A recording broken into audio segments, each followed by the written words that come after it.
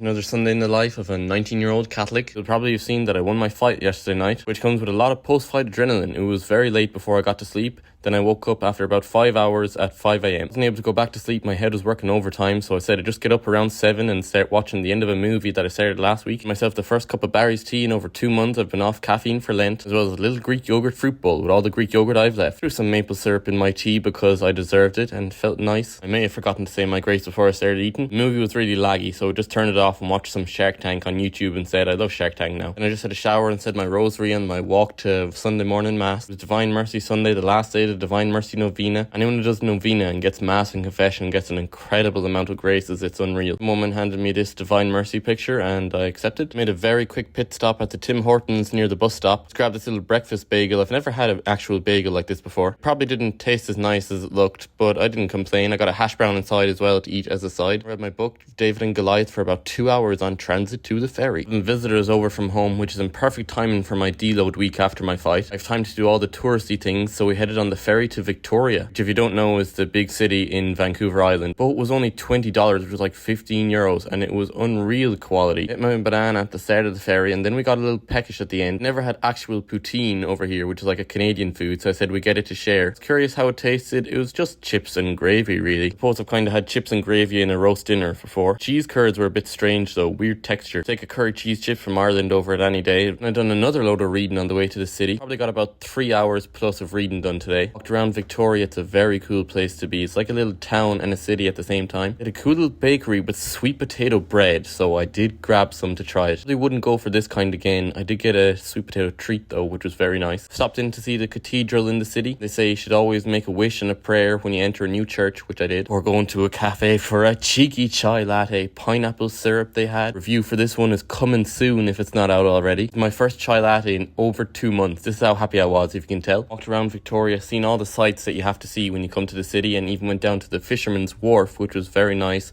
but it was closed when we got there. To worry, I did see it the next morning. It was alright. And of course, you're never too far from home, Your Cade Me the Fáilte they had in the window with a Galway sign and Offaly Kerry. As well as the Irish Times pub with Fáilte written on the door. We said we'd go to a local restaurant instead, though. We're sick of Irish food. I got a creamy chicken Alfredo with garlic bread, and oh my god, it was honestly divine. I don't think I've had pasta at all this year so far, since December. I think chicken Alfredo could be my favourite meal. Just full stop. Of course, I licked the plate clean as I always do, has to be done. And back out to see some of the sights at night, and the building was lit up. It would look like Disney Castle. Went for some ice cream dipped in white chocolate cotton candy for dessert, and that was a day in my life. Beautiful.